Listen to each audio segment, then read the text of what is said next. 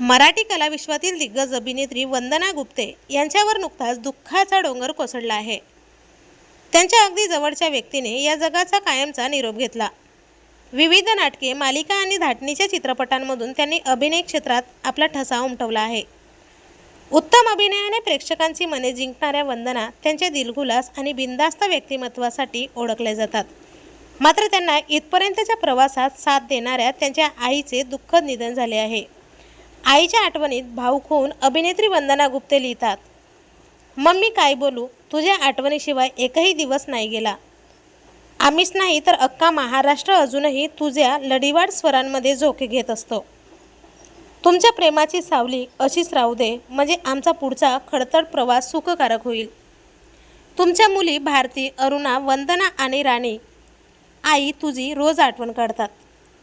सुख स्मृतींच्या कल्लोळाने काळीज का जडते, अशी पोस्ट त्यांनी लिहिली आहे। वंदना गुप्ते यांच्या आई माणिक वर्मा या देखील एक सुप्रसिद्ध गायिका होत्या। त्यामुळे त्यांच्या घरात कलाक्षेत्राशी निगडीत वातावरण होतं। याचा अभिनेत्री वंदना गुप्ते यांना खूप फायदा झाला।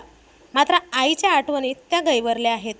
तर आपल्या वायन मराठी न्यूजतर्फे अभिनेत्री वंदना गुप्ते यांच्या आईला भावपूर्ण श्रद्धांजली।